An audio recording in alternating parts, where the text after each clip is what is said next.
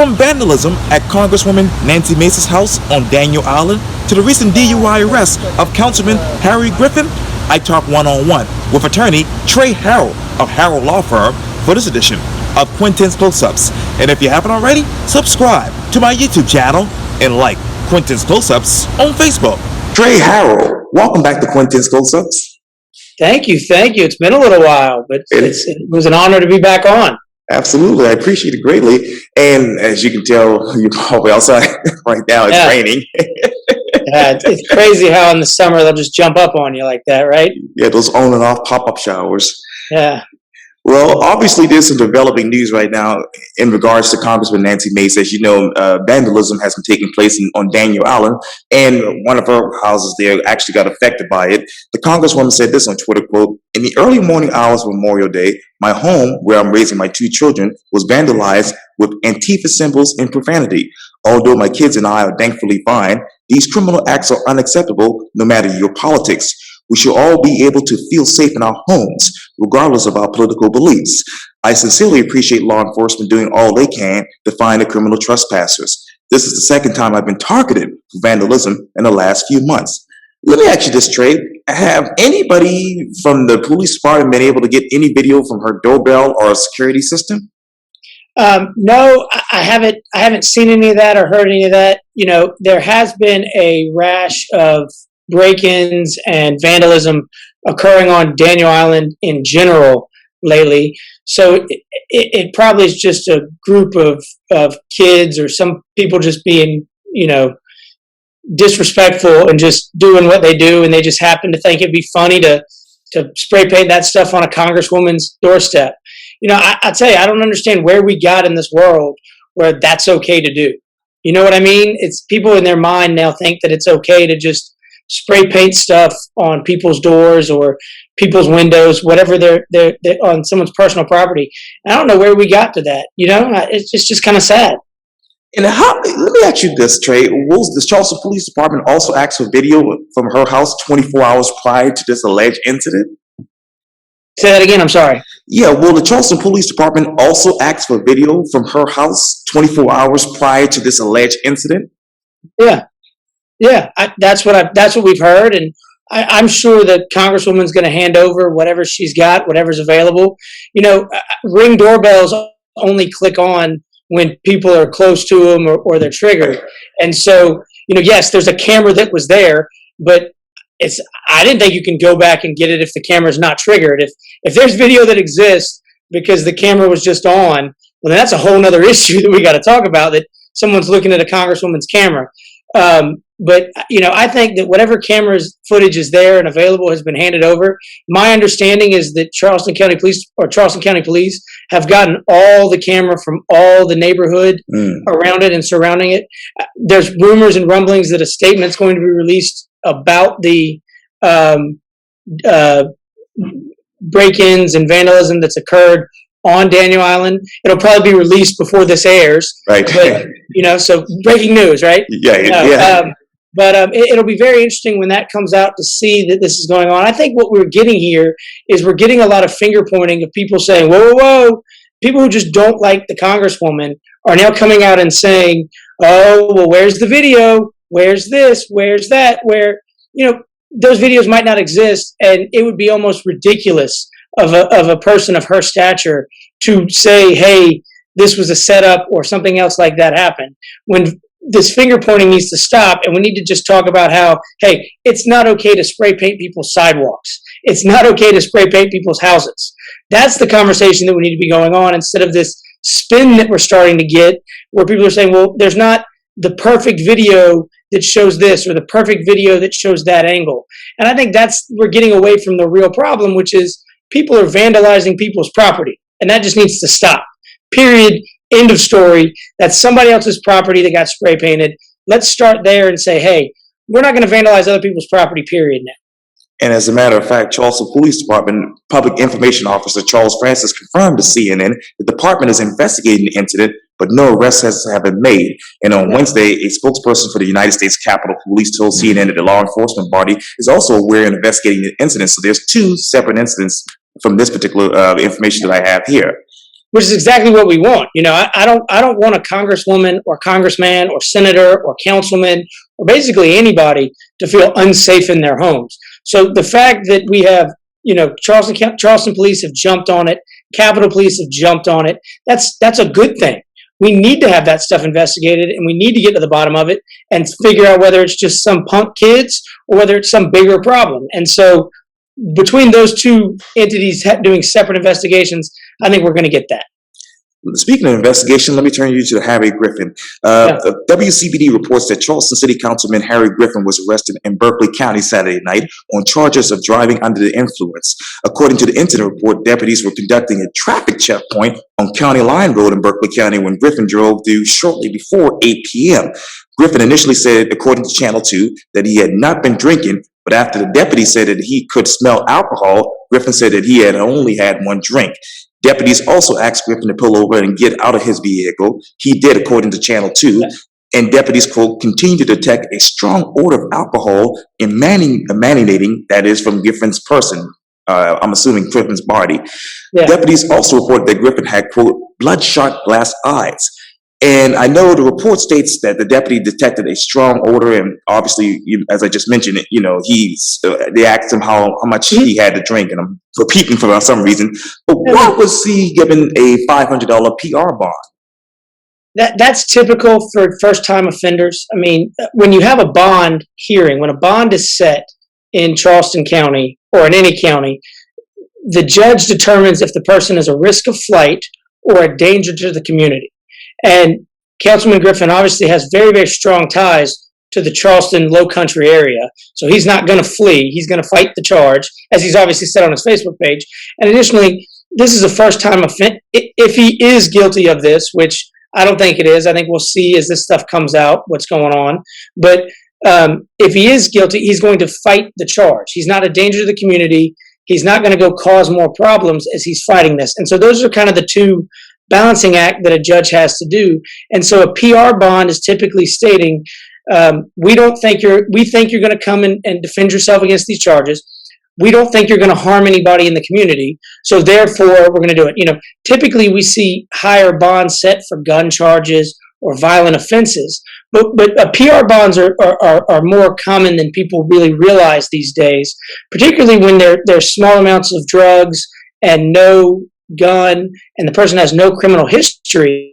Then they're getting out, particularly in the world of COVID, where they didn't want to lock people up just to have them locked up and just let them sit in there. They want to get them out, get the ability to get an attorney and fight the charge and exercise their constitutional right to defend themselves. And being out of jail makes that a lot easier to facilitate that right. So I think that's why he was given the PR bond. I don't think it was any kind of special treatment in any kind of way like that or anything. One thing I do want to point out, the only video we've seen, this is being recorded on June 3rd in the morning, right? Right. So the only video we've seen so far is a silent 3 minutes of him walking out of the car, walking over. Right. He didn't look drunk walking over to that. We can't smell what the officer smelled on that video.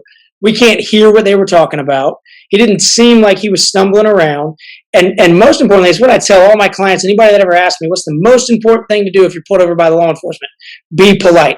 He was extremely respectful to those officers. And I think that goes a long way in this. Had he been belligerent or yelling or saying things that he shouldn't have said to the officer or whatever, then he might have gotten a bigger bond or might have been considered a danger to the community.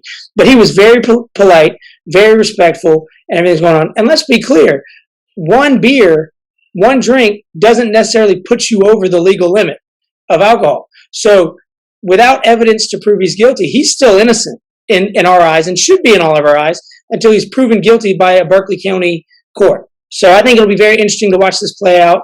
He's hired and retained. I'm not representing him, but he's retained very good, competent lawyers that are working for him and will put forward a great defense. And I'll tell you, the Berkeley County Sheriff's Department and their new DUI prosecutor that they've installed are very good at their job and will work through and won't waste the state's time and money proving a case they don't need to prove.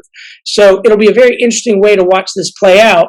And I think it'll be done very, very appropriately, very handled. He's not going to get any special treatment. They're not going to push too hard because he's a councilman.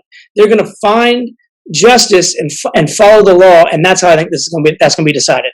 And I'm so sorry for repeating the same thing, but let me ask you this: with the PR bond, is 1,500 the norm? Depending on the charge, 1,500 exists. I had a client a few days ago got a $500 PR bond for a simple possession charge. So they can go anywhere around it. But what a PR bond means is if you don't show up, you owe us that money.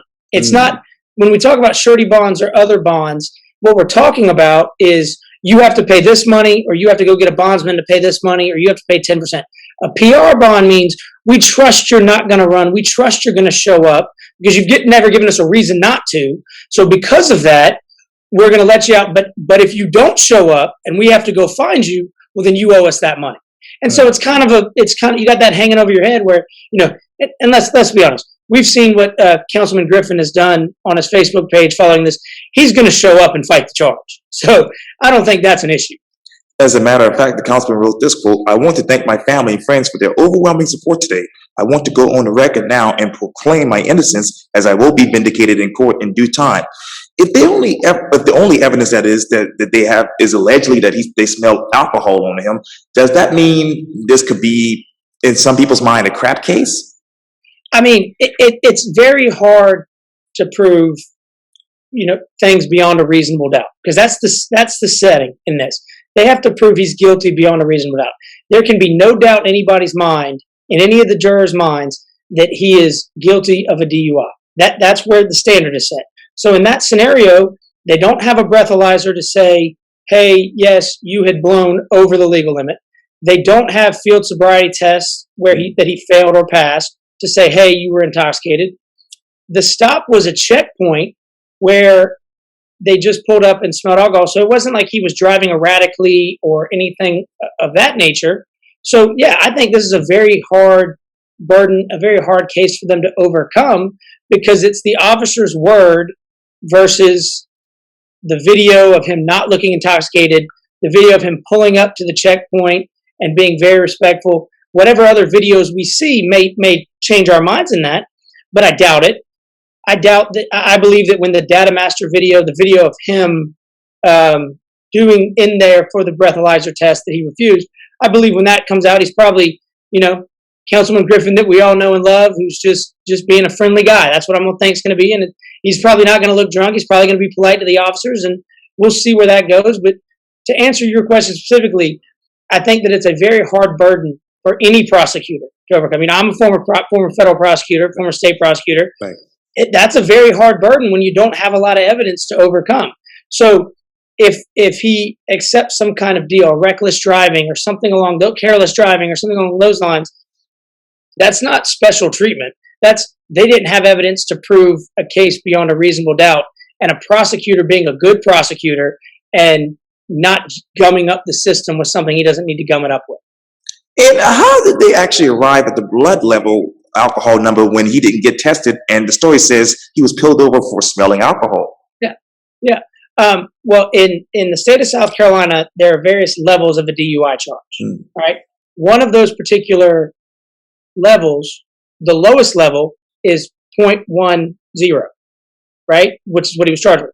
So anything up to 0.10 is what he was charged with. So because he was under it, they just assume, because they have no evidence to prove that it was anything else, that's typically what you're charged with.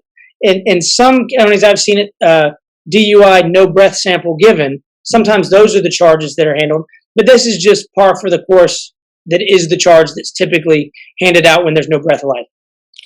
And let me turn over to some other news. Obviously, we've heard this news too about former President Donald Trump, and this is coming from News Now Nation. It says former President Donald Trump is reportedly saying he expects to be reinstated by August, according to a New York Times reporter. Maggie Haberman tweeted in the report that reference to a QAnon conference in Dallas over the weekend.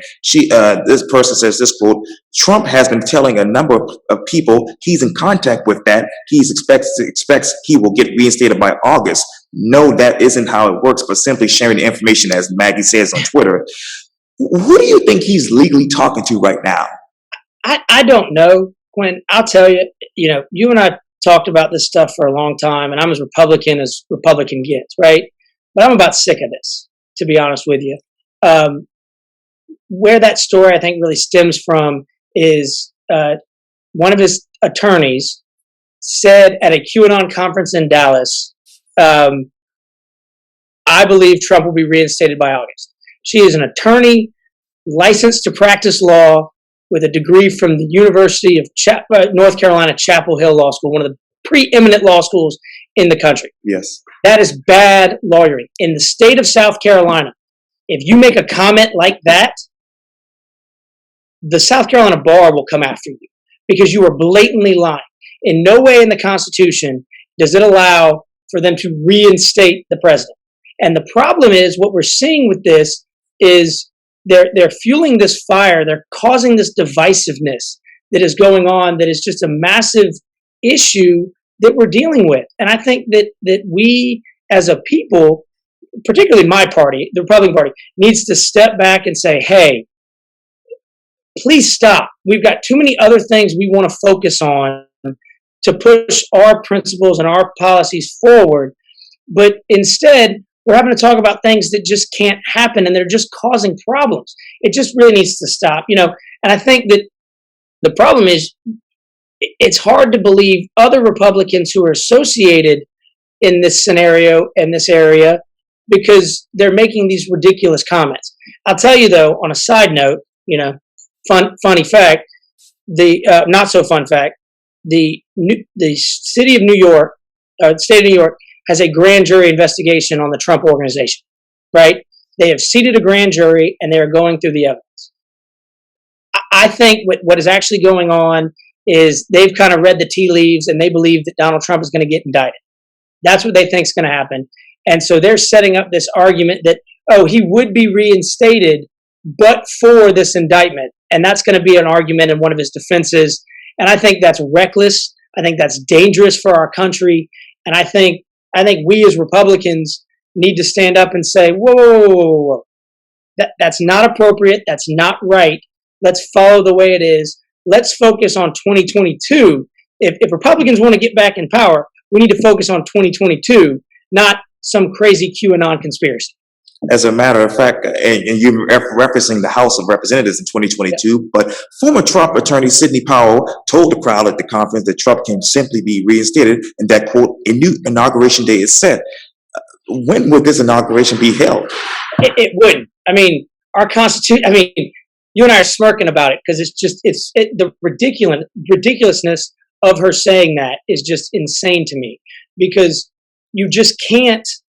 The Constitution sets out and lays out that on January 20th is Inauguration Day. Every 4 years, January 20th is Inauguration Day. Now, if they were to deem Biden unfit and inappropriate and not the president, he would have to be resigned and removed from office for whatever reason.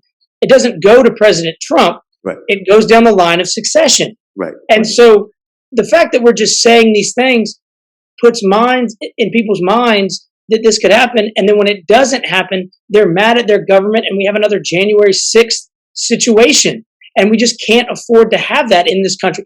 There's too much at stake right now in our country where we've got to come back together as a country. We've got to work together. We've got to move forward so we don't get passed by the Chinas and the Russias of the world.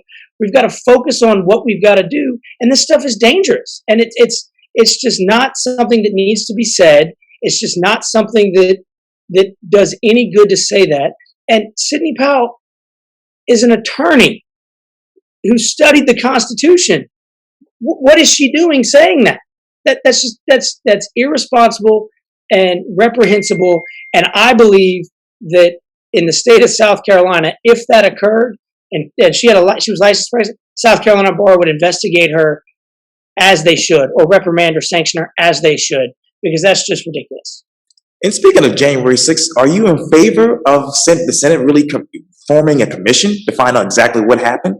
Yeah, actually, my thought is I think we need a bigger commission. I think we need a commission to not only look at what happened on January 6th, but to go also look at places like Portland, where they set the Chaz, the autonomous zone, and they declared themselves their own country. We need to go look at all of those type things, because if January 6th is an insurrection, then Chaz is certainly an insurrection as well. And we just need to figure out a commission and figure out where these things are happening and why they're happening, so that we can prevent them from happening. Because we don't need people, we don't need folks mapping out an area saying, this is my country now.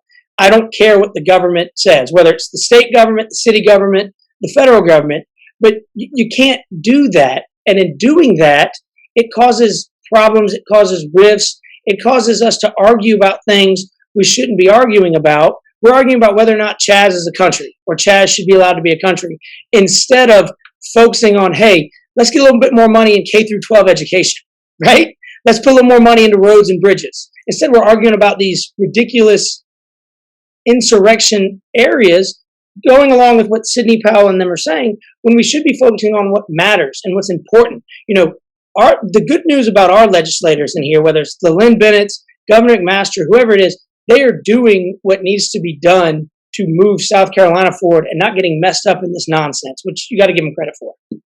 And speaking of power, according to News Nation, Powers are allegedly facing a defamation lawsuit for promoting, as they say, a lie that the election was stolen, specifically peddling a baseless theory, as they say, that a brand of voting machines were rigged.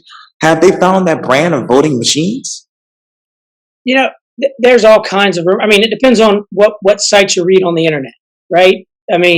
Some folks are saying they were rigged because of this. Some folks were saying they weren't rigged. I've seen no conclusive proof that they were rigged, that there was software put into those machines to change them. If you show me some proof, then I'll say they're rigged, but there's no conclusive proof out there that shows that or talks that through and gets into that. And, I'll tell you, Quintin, talking about where the defamation lawsuit is right. You can't just say things without having things to back it up. That is irresponsible and causes major problems. Same with the Trump will be reinstated. But I'll tell you what the problem is we've got these fringe media arms, left and right, that will just jump on one of these conspiracy theories, whether it's a left conspiracy theory or right conspiracy theory, and they'll go with it. And then they get their cheerleaders behind them and they push it. That's why I like being on your show, because you put it right down the middle. You let your viewers decide. It's like, media out there like Fox and MSNBC is like Clemson and Carolina. You're never going to change the cheerleaders from one side to the other. You know what I mean? But the Quintin close-ups of the world, the people, when Twitter's not influencing algorithms and Facebook's not influencing algorithms, we're getting our media from folks like you. And I think that's where this country's headed. And I think that's so important, because I know you and I agree on some things and disagree on others. But you've always given me my platform. You've always given Republicans. You've always given Democrats their platform. And I just think that's pretty awesome. So, as we're talking about these defamation lawsuits and Sidney Powell's claims and whatever other Pizzagate conspiracy, Hunter Biden's laptop, whatever we're talking about, I love the fact that you can get on here and you can talk about it and you can say, hey, this is the facts and this is news. And what I also love is you do your research. You pulled up, you're quoting things where if I slip up and say something wrong, you bring me back in, and I appreciate that. That way I'm not misquoted. That way I'm not going to get sued. Right. So I appreciate you for that. Yes, sir. But anyway, sorry, I didn't mean to get off on a tangent. But no worries at all. And how should South Carolina move forward? How should Lynn Bennett and Governor McMaster move this particular state forward in 2022, 2023, 2024?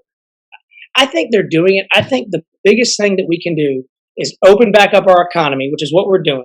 If you go downtown now, you're downtown all the time. Right. Tourists are everywhere. Yes. Right? Which is great. That means they're here spending money, which means we're helping businesses, other businesses that come up. That's what we need to do. We need to promote more tourism, get more people back to the beach, more people back to Charleston. That's what we need to do.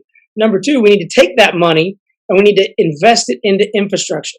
We've got to fix our bridges and roads. We've got to do that. Because once we do that, as well as take some of that money and pump it into our schools, whether they're tech programs, whether they're STEM programs, but educate a workforce so that we have those two tools, good infrastructure, good employment base, and we can go recruit the big businesses and do what they're doing, how we're bringing in the big businesses like we're doing, but keep bringing them into South Carolina, because the more business they can recruit into South Carolina, the better it is. The saying is a rising tide raises all boats, right? You ever heard that saying? Oh, yes. Yeah. And I think Absolutely. that the more business we can recruit to South Carolina, the more money we bring in to, through income tax, through property tax, Right. through wherever else that are coming in, and we can push that money into schools and into infrastructure, and we can raise our boats in South Carolina. I think that's what they need to do. I think your representatives like Representative Pendarvis and Senator Kempson, they're doing their job too. I mean, it's not just Lynn Bennett. I'm sitting over here Right. in Herald Square in West Ashley, so I was thinking of Lynn Bennett. Right. But we've got these great representatives that are doing it. We got some representatives that aren't doing a good job, but we Okay. got some representatives that are doing a really good job pushing the state forward, getting out there, recruiting business, working together. That's what's going on. We're pretty, for a state that is as historically divisive as we have been and had the issues we've had. Our legislatures work together very, very well. And yeah, sometimes they totally disagree and there's a argument, but that's the nature of politics. The beauty is in this state, right now, our legislators, both sides of the aisle, work together, get the things done that needs to get done. And so that's what they can just keep doing what they're doing to push the state forward. And how strong is that employment base right now in your mind? I think it's very strong. I think we've got some issues with some folks not wanting to go back to work because there's still the unemployment benefits from COVID that are being paid, and people are being paid more not to work, or at least that's what some studies have shown. But I think that when those benefits end this month, I think we're going to see a lot more folks getting back out in there. I mean, everywhere you drive around, I was in Mount Pleasant. I was by my house in Mount Pleasant the other day and drove by and saw two different signs, one for Raising Cane's, one for Taco Bell that says, now hiring, please apply. Free taco with employment. I almost put in a job application just to get a free taco. You know what I mean? But I mean, I did. I'm very happy with my law practice. But Yes. but I think that our employment base is great. I think the kids coming out of here, education in South Carolina is getting progressively better because we're making the investments we need to make. And because of that fact, I think the employment base is getting even better. I think it's just the rising tide. The more companies that come in, the more money we can put into infrastructure and education, and the better we are to recruit more businesses. I think it's just a cycle that we've had going that's been going on since Governor Haley was doing it. And I think Governor McMaster just kept on doing it. I think we're just moving right along and we're doing all the stuff we need to do.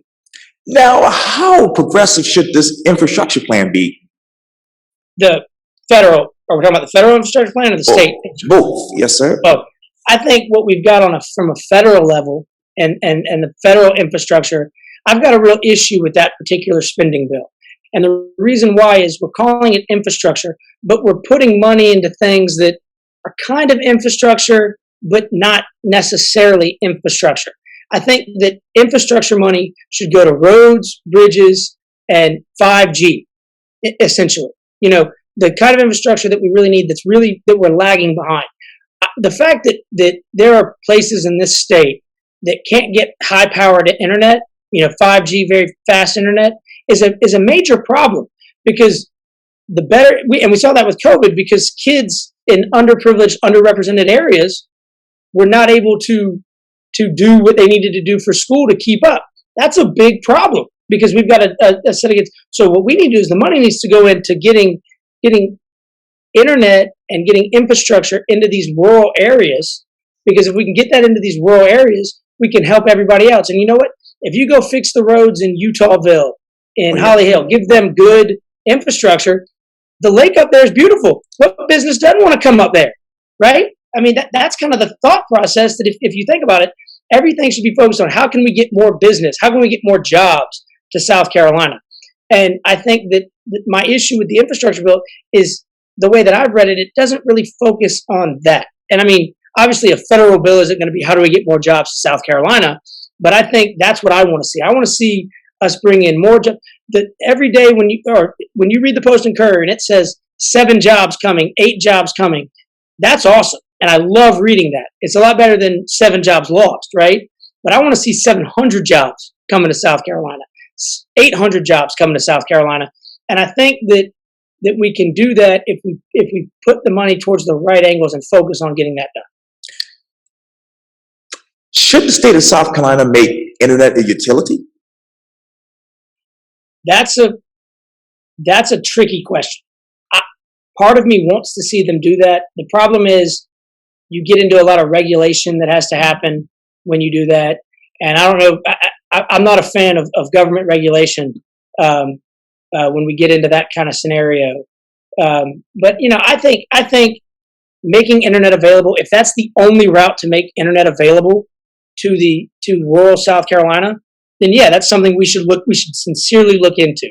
Because the issue is we've got to get internet into these rural areas so we can get education better in these rural areas, and we can help folks in these rural areas so that our employment base is better and we can recruit more business to South Carolina. Quinn, I got a treat for you. Somebody just walked into my office and he wants to say hi to you. And I'm breaking this right now. This is the first time he's ever been on Quintin's Close-Ups. Uh-oh, who's this? My dad. Hey, Speaker Harrell. You looking good? Oh, thank you. Thank you. Oh, man, eat right, exercising, obviously Yes, doing sir. all that stuff, aren't Yes, sir. Yeah, yes, absolutely. you? Proud of you. Yeah, thank you. Thank Take you. care of my buddy here now. Yes, sir. I definitely will. What do you think? You think internet should be a utility in South Carolina, or do you think it should be done from a private entity standpoint? I think the internet is a utility, actually. Whether it's done privately, like Dominion Energy and SCADA does power privately, or whether it's done publicly, like Santee Cooper does power Yes. publicly. So I think definition of utility to me doesn't mean whether it's public or private. It means, does it fall in that definition of what we all need to get around and do what we have to do, like roads and bridges and things of that nature. Yeah. Very Now, nice. Speaker Howell, let me ask you this. Yeah. Where should fiber lines be placed in these rural areas like Orangeburg, Banburg, Holly Hill, Utahville? I'd let people a whole lot smarter than me figure out where to be. Okay. I just think it ought to be there. But I mean, people a lot smarter than me figure out where they ought to be. Okay. Very nice. See, Yes. what do you know? You got a twofer today. What? How about that? I love it. It's the grace of God. There you go. Yeah. Well, it's Yeah. good to see you, man. Likewise, I just came Speaker. to see my buddy, and I heard Yes. him talking. I said, okay, Yes. look at there. Look at Yeah. Yeah, exactly right. Very good. Well, I'll talk to you soon, man. Yes, sir. All right, take care. Okay, Speaker. Yeah. All right. What else you got for me? Oh, that was it. Yeah, and he answered most of your questions. You answered the question for it. Right. And we went to the expert, right? We went to the Right. guy who knows how to get it done if it's going to get done. Experience. So Yes, that's what you got to love. Yeah. You got to absolutely. get him on your show. I will. I definitely will. Yes, sir. Yeah. I'll make that happen. But anyway, well, thank you so much for letting me be on. I really enjoyed it and letting me talk, about the stuff that I cared about talking about. I really appreciated it. And, it's just good to be back being on your show. So I appreciate it. Thank you again, Trey Howell, for being back on Quintin's Close-Ups. Thank you so much. You're very welcome.